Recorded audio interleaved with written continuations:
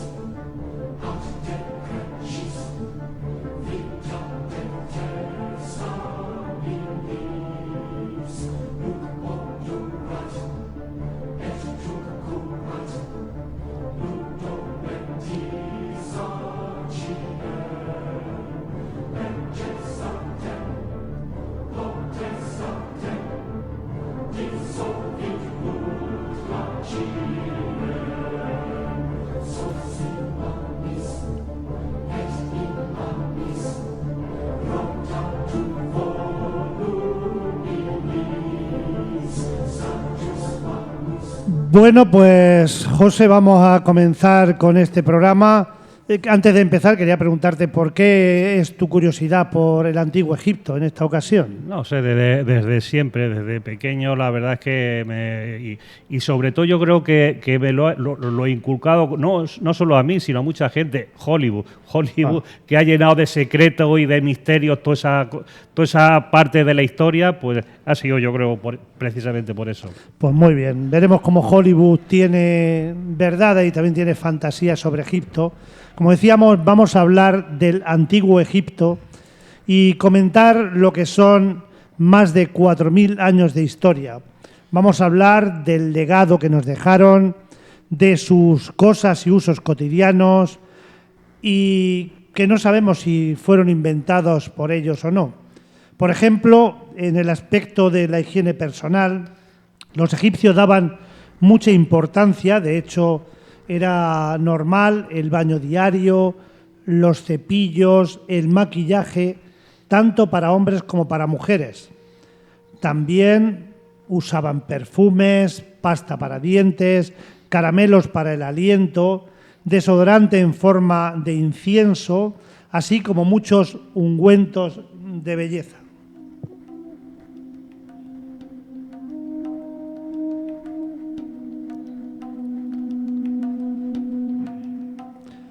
Los egipcios también desarrollaron la odontología, puesto que se han descubierto prótesis en algunos cráneos, así como la práctica del médico de tomar el historial de un paciente a la hora de diagnosticar enfermedades.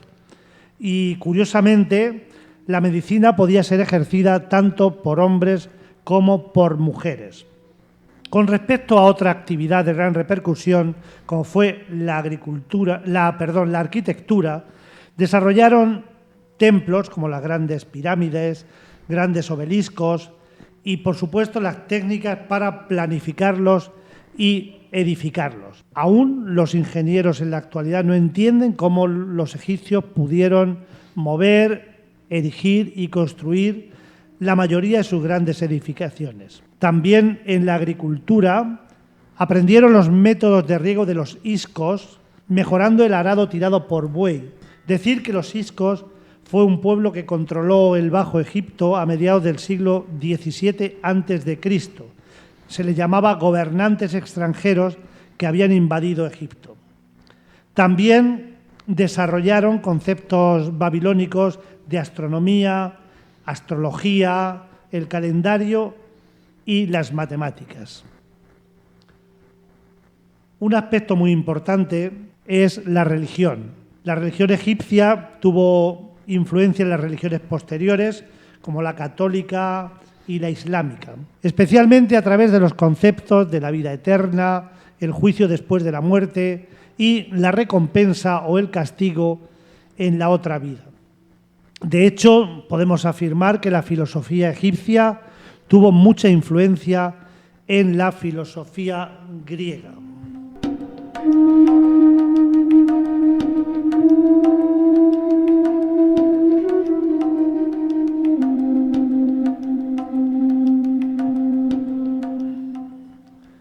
El Antiguo Egipto fue una civilización que se originó en una relación muy estrecha con el río Nilo, especialmente en el cauce medio y bajo de dicho río.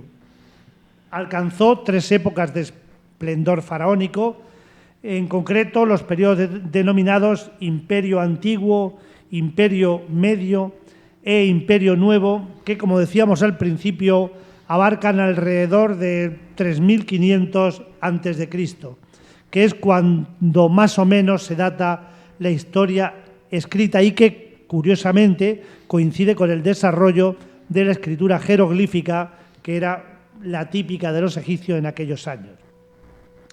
Aunque hay descubrimientos que antes del año 6000 a.C.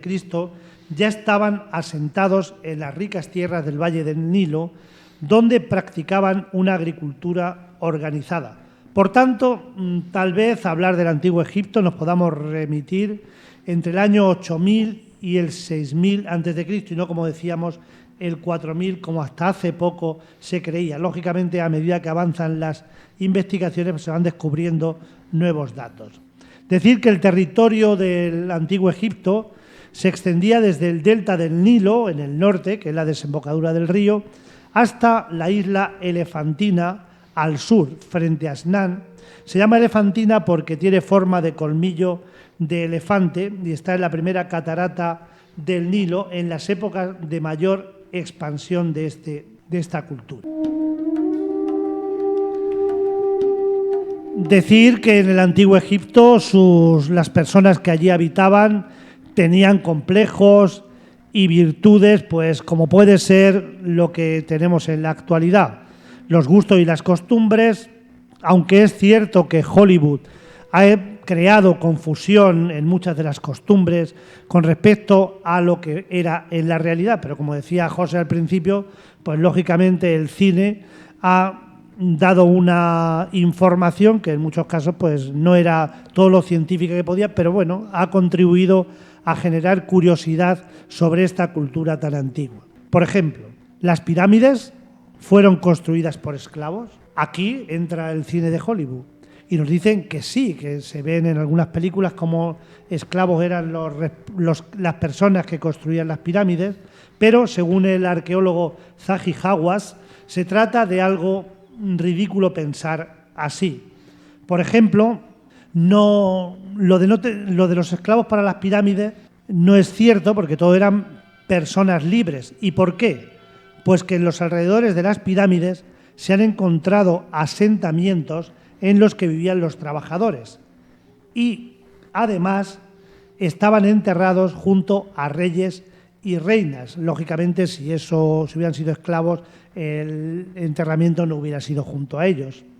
Incluso en algunas dinastías, los trabajadores empezaban a trabajar en la construcción de pirámides como una especie de servicio militar, es decir, tenían que dedicar una parte de su tiempo, como si dijéramos, al país, al Estado, y después eran libres para seguir en la construcción de las pirámides ya con un sueldo que la mayor parte de las veces se pagaba en especie.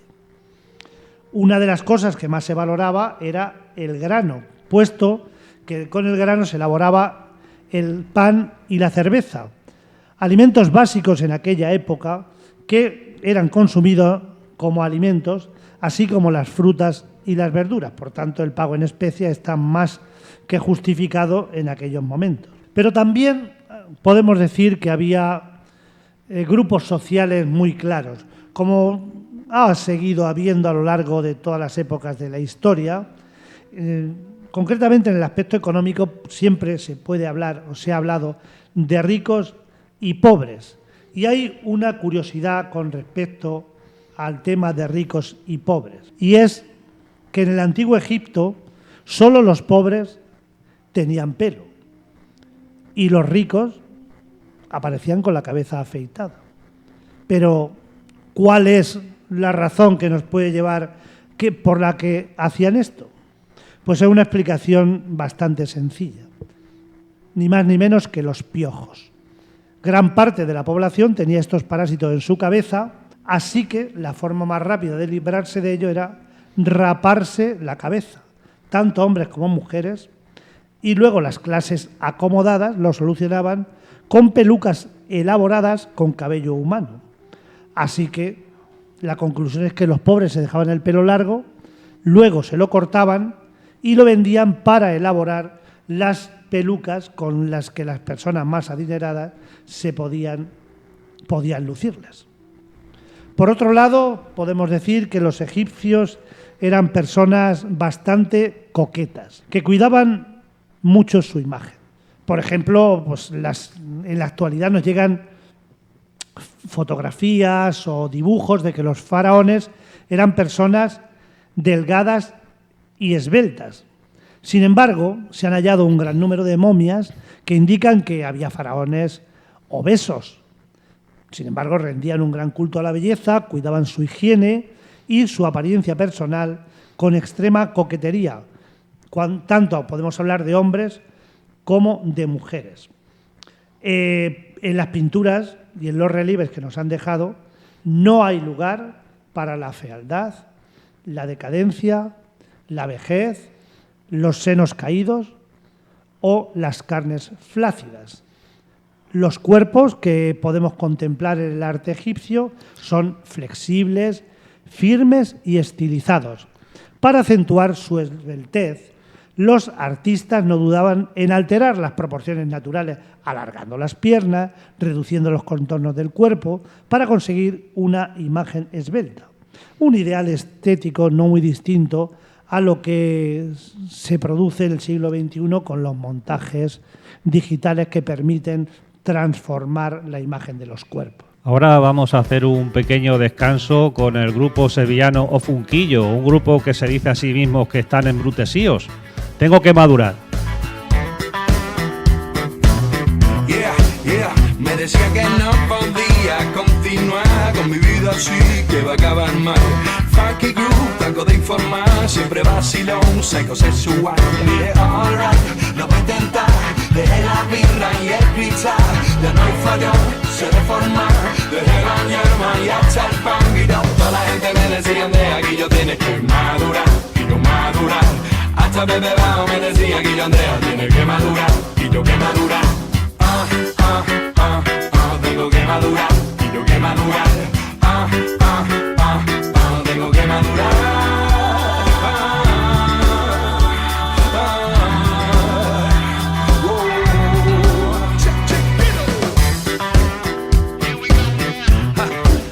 De repente mi colega deja de llamar, lo veo en el gym detrás de cristal. El hombre rocho tiene que cambiar, quiero ser ejemplo para la sociedad. Dije, alright, lo voy a intentar, dejé la vida buscando el origen del nombre, viene de esa expresión tan andaluza que es ojú, quillo, y en medio pusieron el funk como estilo musical, curiosamente, y de ahí sale lo de ofunquillo y ese tengo que madurar. Y bueno, vamos a seguir hablando sobre la civilización del antiguo Egipto, que se desarrolló aproximadamente entre los años 3000 y 4000 a.C., según los datos históricos. Aunque, como hemos avanzado antes, pudo que en años anteriores también existiera. Esta civilización comienza con la unificación de algunas ciudades del Valle del Nilo y el antiguo Egipto se da por finalizado en el año 31 a.C., cuando el Imperio Romano lo conquistó, lo absorbió y desapareció como Estado. Sin embargo, este acontecimiento no fue el primer periodo de dominación extranjera en Egipto. Lo que se hizo fue conducir a una transformación gradual en la vida política y religiosa de todo el Valle del Nilo. Decir que el nombre original del país fue Kemet. Kemet significa tierra negra, ni más ni menos que por el color del limo fertilizante que cubría las tierras durante las crecidas o inundaciones anuales del Nilo. Más adelante pasó a conocerse como Mix, que significa país, nombre que todavía usan para referirse a su nación.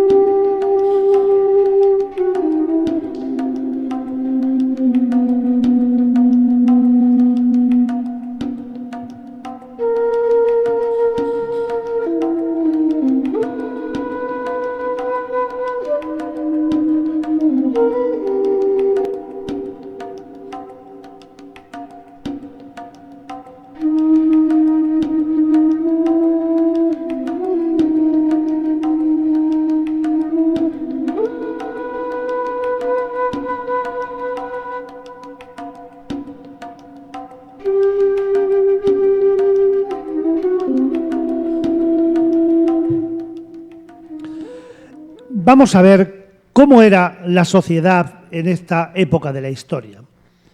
Vamos a hablar de la sociedad egipcia en la época de los faraones, y en aquella época las mujeres gozaban de una completa igualdad legal con respecto a los hombres. ¡Qué curioso!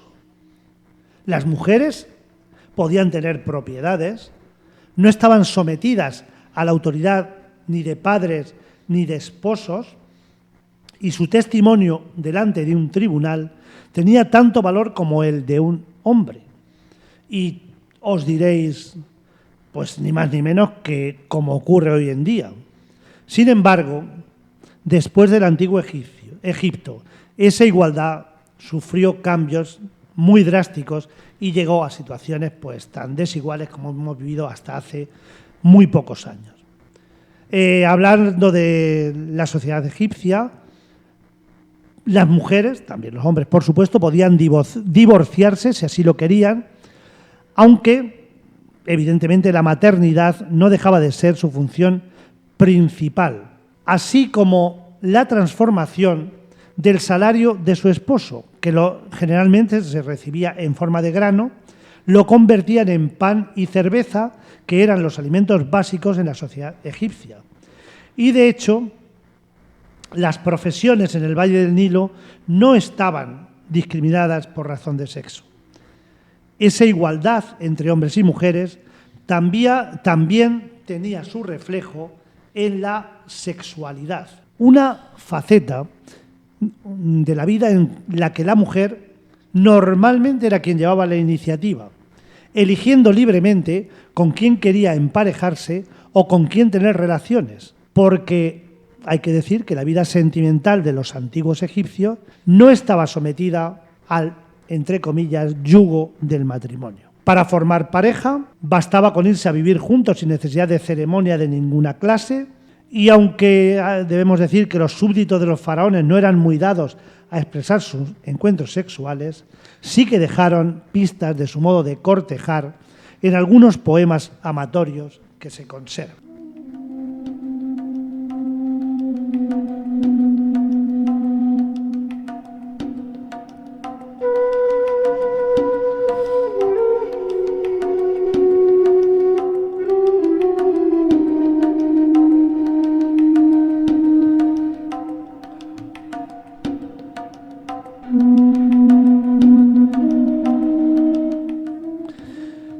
Y hablando de mujeres, también tuvieron su protagonismo en los más altos de la sociedad.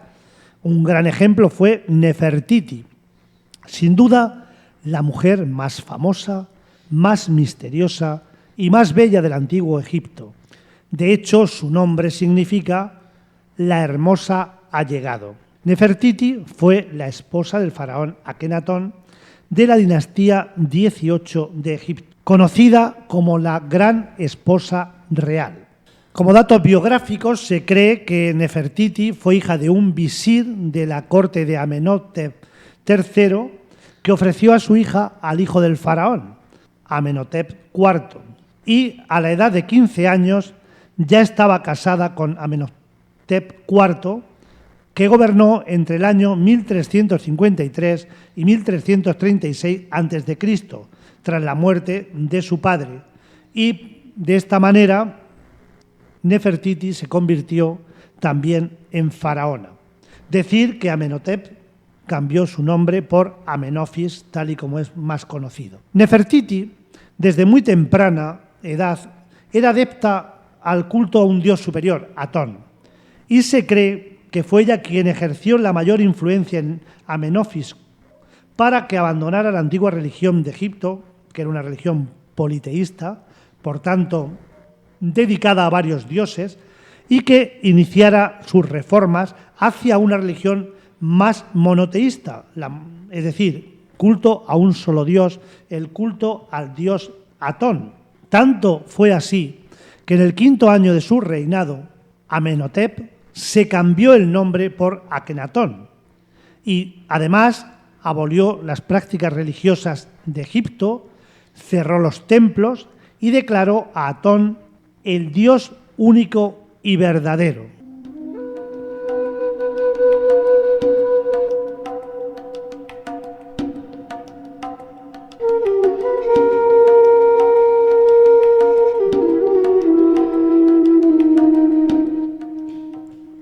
Probablemente no creó el monoteísmo a partir de una convicción religiosa profunda.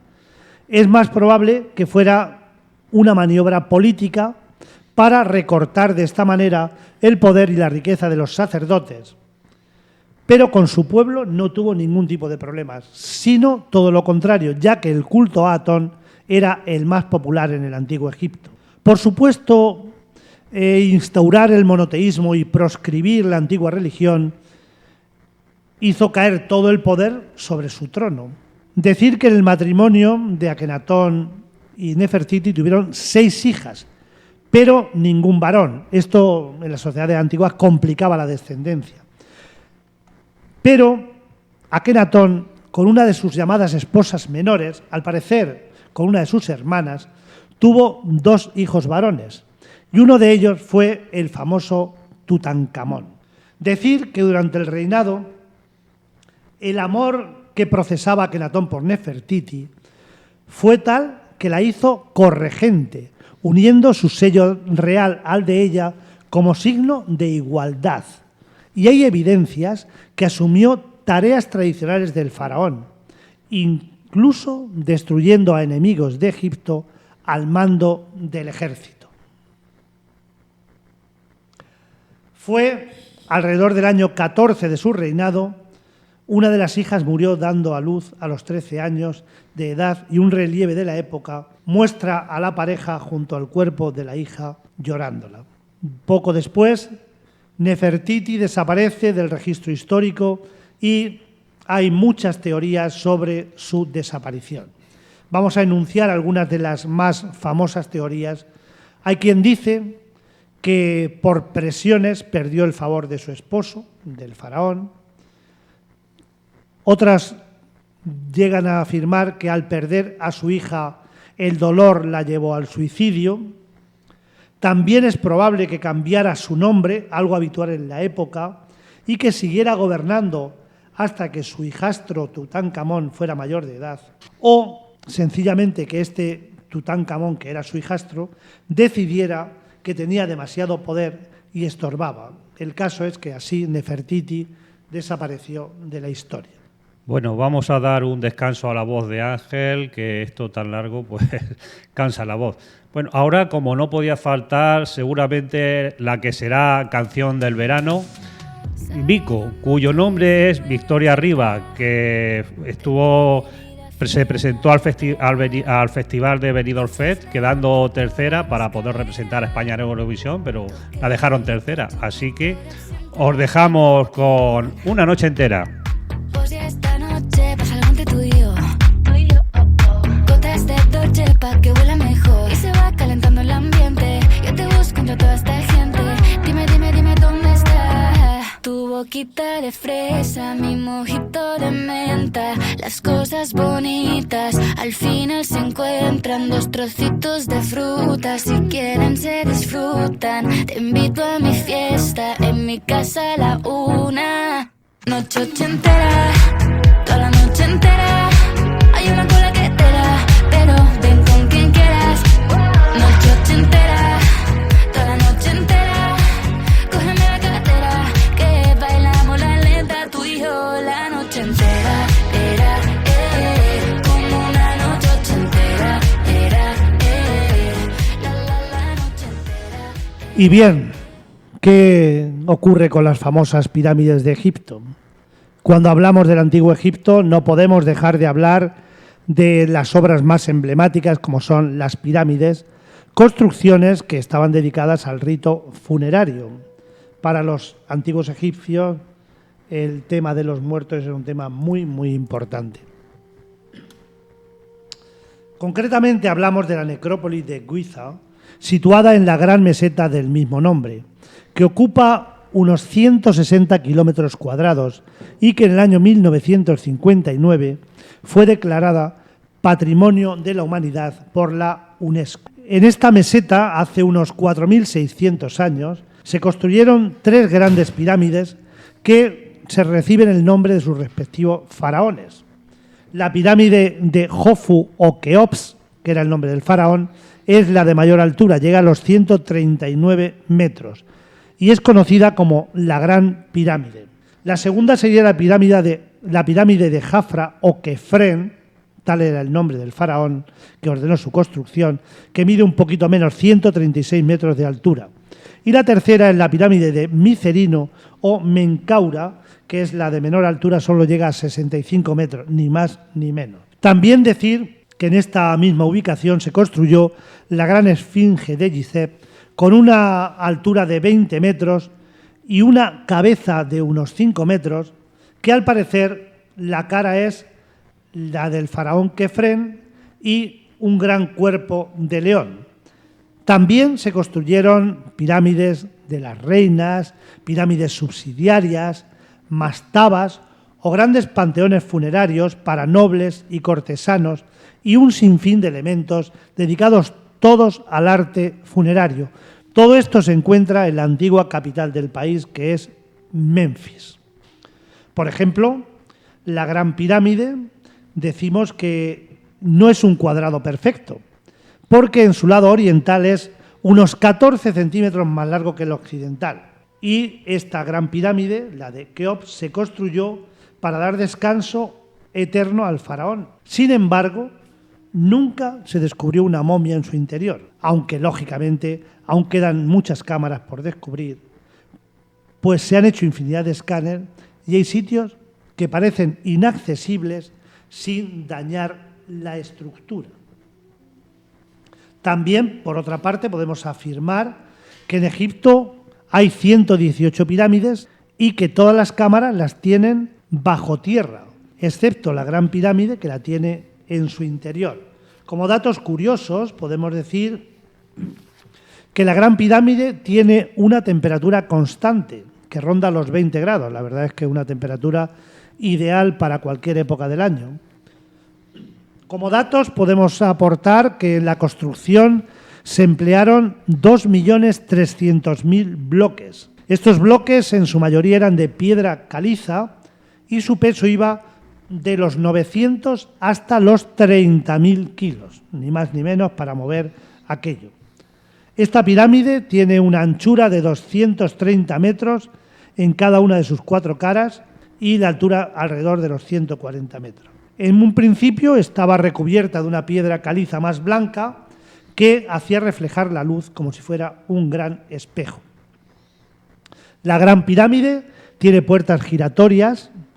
Además de esta, solo otras 2 pirámides tienen este tipo de puertas. Y no son precisamente la de Keops y Micerino, sino son la pirámide de Juni, que fue el último rey de la tercera dinastía, y la de Snefru, que fue el primer faraón de la cuarta dinastía.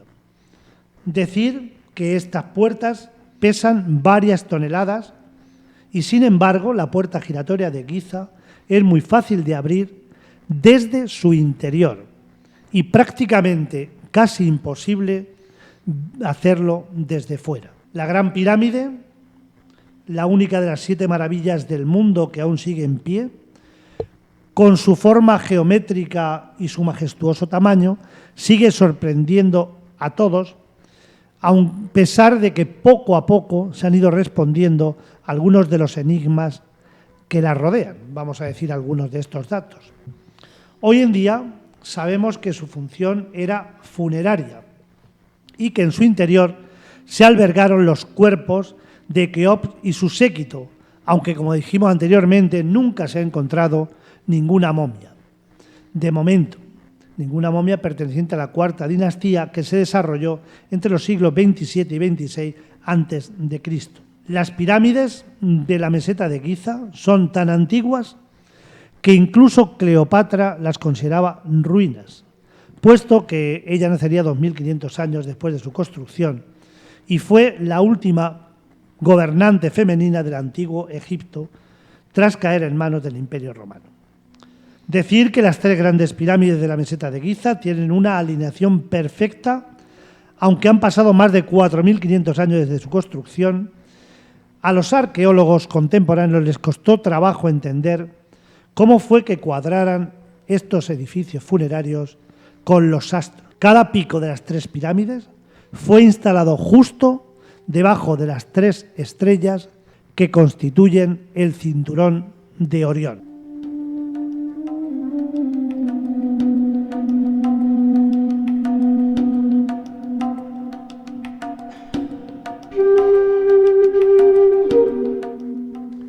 ¿Y qué relación tienen las pirámides con la religión?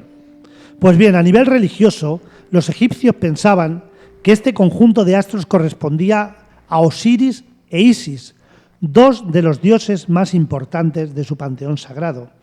Así, al morir, el alma del faraón llegaría directamente con Osiris, quien conduciría el juicio final en el otro mundo. Podemos decir que para los antiguos egipcios, el tránsito por la vida terrenal era pasajero.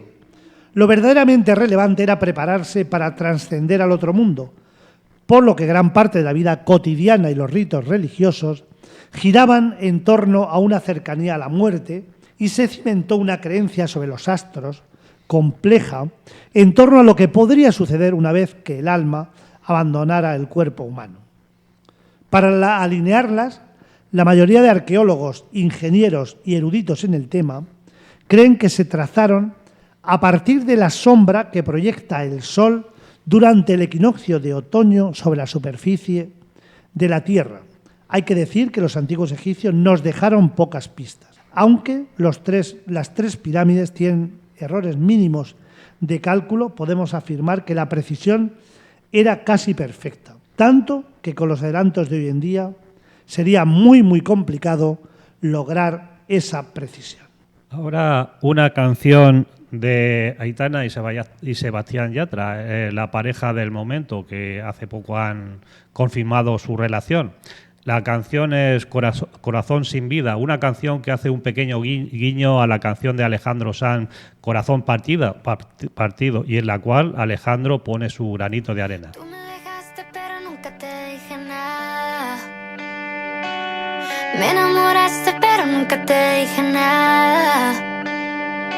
¿Para qué me curaste cuando estaba herida si me dejas de nuevo un corazón sin vida? Toma tus besos, te los regreso. No será fácil olvidarte, lo confieso. Toma tus cartas, te las regreso. Con las palabras que escribiste en cada beso. Dime para qué me curaste cuando estaba herida si hoy me dejas de nuevo un corazón sin vida. Un corazón que no te olvide.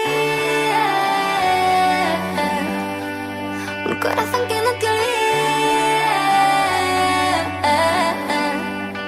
Tanto daño que hace el mar cuando está en la mitad. Yo nunca aprendí a nadar, tú tampoco a volar. Cuando dejamos de hablar se nos fue la ilusión. Cuántas ganas de llamarte. Por supuesto, ¿qué sería de las grandes civilizaciones sin una u otra creencia? Las religiones han marcado gran parte de la existencia humana y los egipcios no iban a ser menos. En el antiguo Egipto había bastantes dioses y según quien haya escrito sobre ellos, tienen mayor o menor importancia. Sin embargo, podemos enumerar algunos de los más relevantes.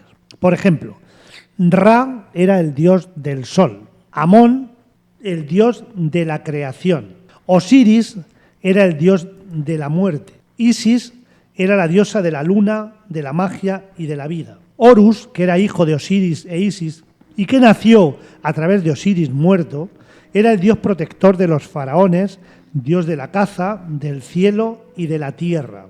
Set, sin embargo, era el dios del caos y la rebelión. Luego veremos por qué se atribuyen esos poderes a Set. El dios del más allá era Anubis.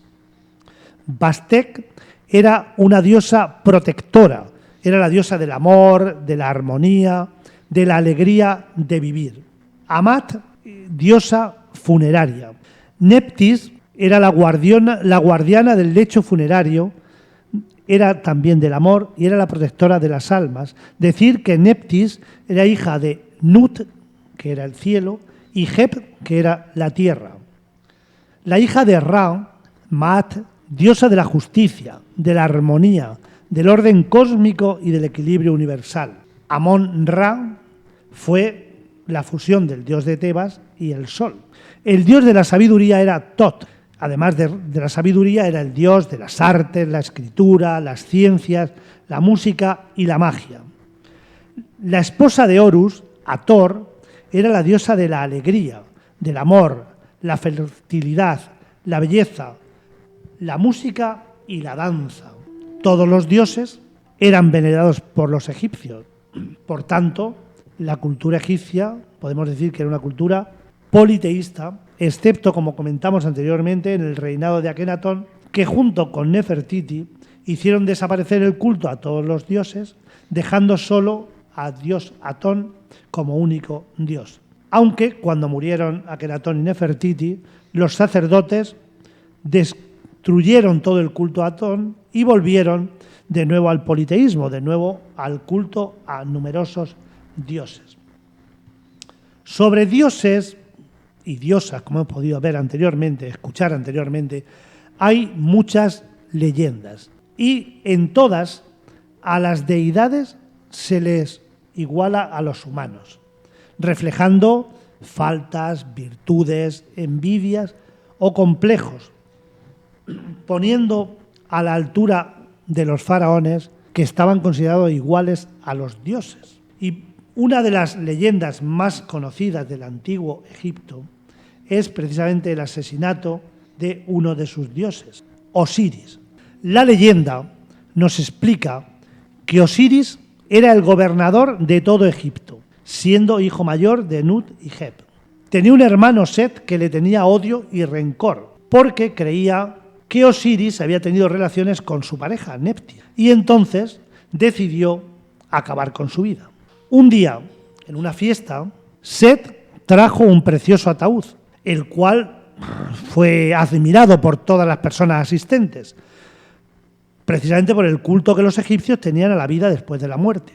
Set ofreció regalárselo a quien cupiese dentro, siendo únicamente Osiris quien cabría dentro. Cuando Osiris entró en el sarcófago, Set lo encerró y, como tenía hombres esperando esta acción, se lo llevaron rápidamente y lo lanzaron al río, donde murió. Continúa la leyenda. Isis, que era la mujer de Osiris, logró recuperar el cuerpo y lo resucitó, pues era la diosa de la vida. Osiris, como hermano mayor, decidió perdonar a Set, pero éste volvió a engañarlo y volvió a matarlo. Pero esta vez no se conformó con acabar con su vida, sino que descuartizó el cuerpo, separándolo en trozos que repartió por todo Egipto. Entonces, Set, ante la muerte de su hermano, tomó el poder, pero Isis, con ayuda de otros dioses, logró reunir todas o casi todas las partes de su marido y tras momificarlo le devolvió la vida. Tras ello, copuló con su marido y de esa unión surgió su hijo Horus. Este renacimiento de Osiris traería consigo un cambio. Pasaría de ser un dios de la vida a ser un dios vinculado con la vida eterna y guía de los muertos en el más allá. Asimismo, su hermano Set y su hijo Horus se enfrentaron por el trono durante años y de este enfrentamiento resultaría vencedor Horus, que así se quedó con el legado de su padre, una leyenda. Lucas Marciano, argentino, Rosalén, española y gran manchega, nos dejan este fado que es para quitarse el sombrero, siempre y cuando sobre todo.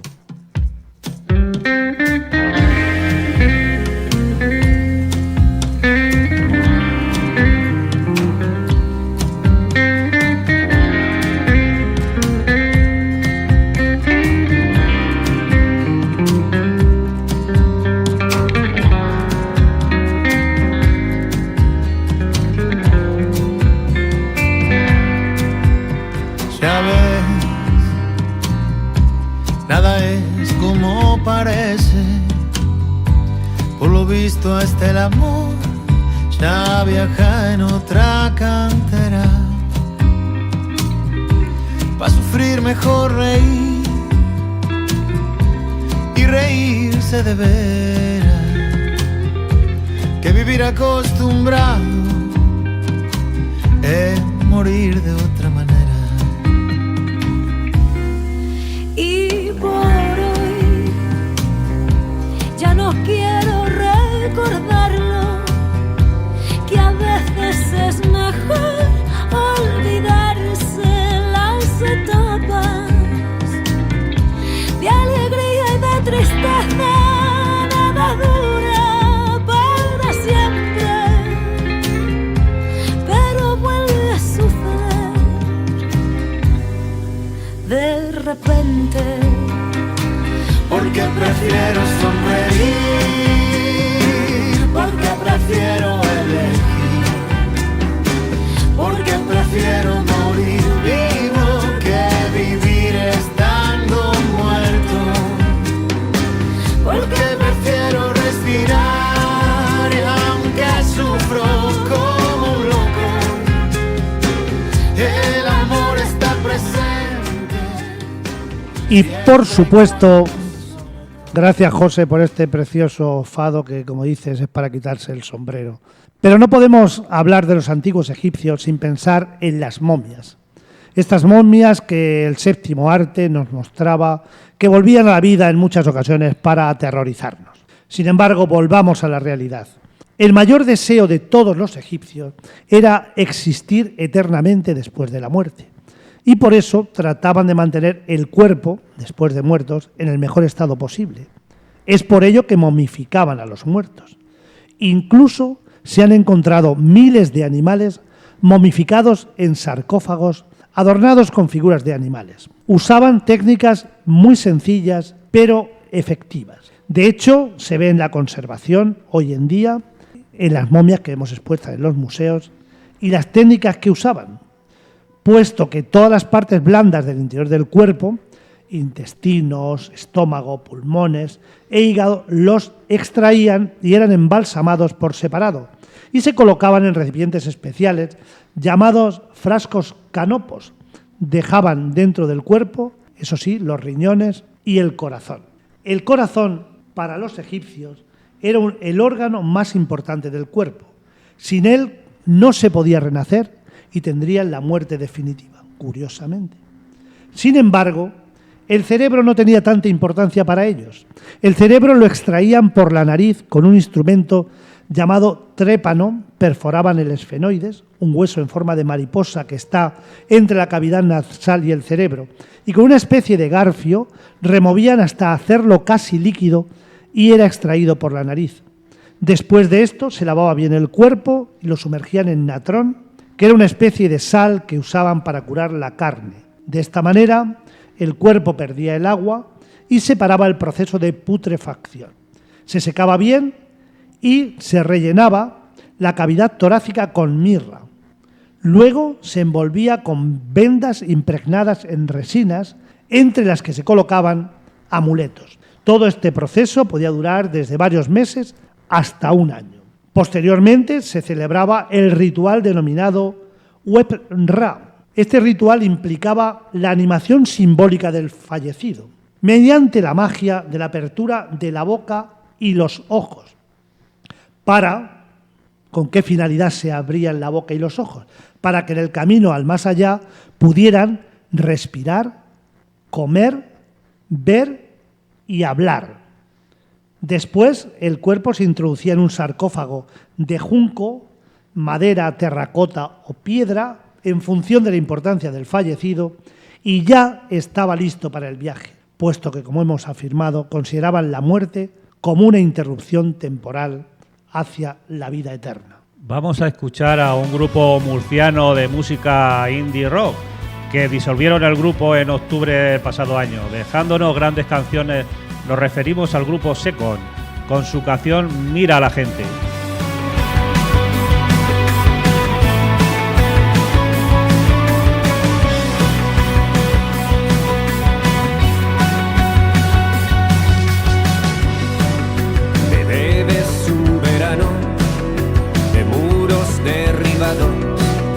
De no pensar en verte porque viajas a mi lado, de sexo hedonista en vagones apartados, de noches viendo cine japonés subtitulado. Ayer en la cornisa estaba imaginándolo y mis ojos se entendieron al contemplar el espectáculo de una multitud, olvidando lo demás y saltando el fuego libres. Mira a la gente, todos se divierten. Mira a la gente, podríamos probar cómo lo expulsan, cómo lo danzan. No podíamos hablar de Egipto y dejar de lado la escritura. Sabemos muchas cosas de los egipcios gracias a su particular escritura, los jeroglíficos. Sin duda representan una de las grandes aportaciones de esta civilización a la humanidad, puesto que se trata de una extraordinaria forma de expresión donde se combinan lo mágico, lo artístico y lo práctico. La importancia de la escritura egipcia es absoluta, y no solo a nivel de su época, donde fue una herramienta muy útil para la administración y una mágica forma de expresión para su religión. Podemos afirmar que la relevancia es enorme en la historia de la humanidad, puesto que fue una de las primeras escrituras en desarrollarse, y eso le ha valido al Antiguo Egipto para ser considerado como una de las cunas de la civilización. Aunque se suele determinar a Mesopotamia como la civilización que comenzó a usar la escritura de forma sistemática, fue en el Antiguo Egipto cuando se adoptó un sistema propio, la escritura jeroglífica, que fue evolucionando desde meros trazos adornados hasta un complejo sistema de dibujos para representar sonidos e ideas. Podemos decir que se conocen alrededor de 6.000 caracteres en la escritura jeroglífica. El punto final de la escritura egipcia llegó a finales del siglo IV después de Cristo, cuando el cristianismo se hizo oficial con el Imperio Romano y se cerraron los templos religiosos del antiguo Egipto y probablemente con ello se apagó de manera definitiva la cultura egipcia. Pero uno de los factores que hicieron tan difícil descifrar los jeroglíficos es el hecho de que un determinado signo puede representar varias cosas, o un solo sonido, un conjunto de sonidos o una idea.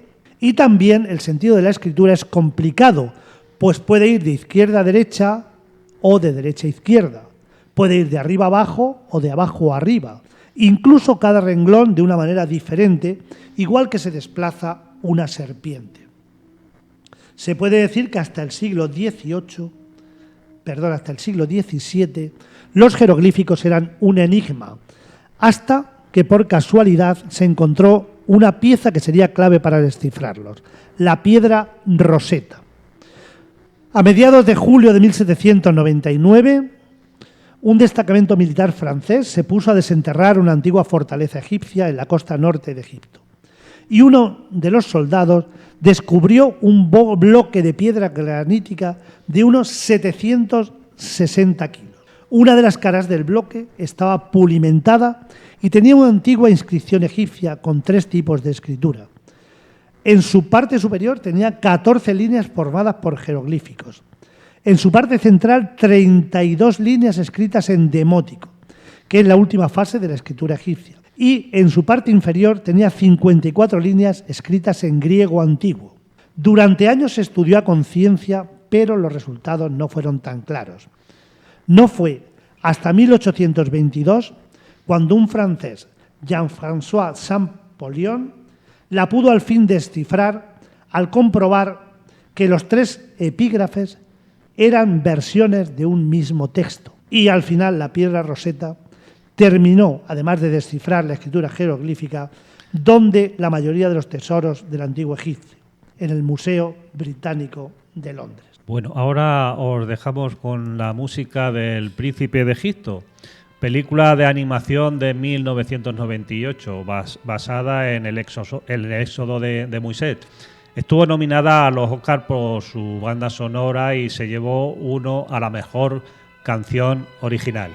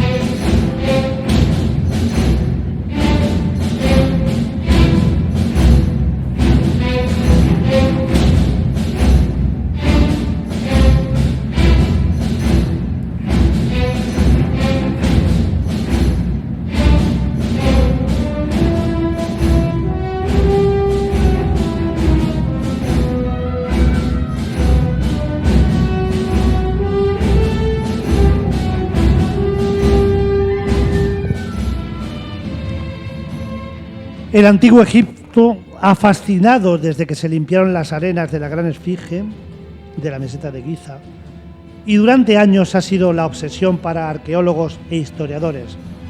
Egipto es una tierra cuyos misterios se han ido desentrañando lentamente a lo largo de los años.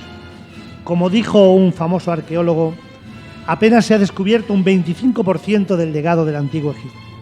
Seguramente habrá descubrimientos más grandes cubiertos por las arenas de Egipto, esperando a ser revelados. La mayoría de las veces, tales revelaciones solo conducen a más misterios y más preguntas sin respuesta.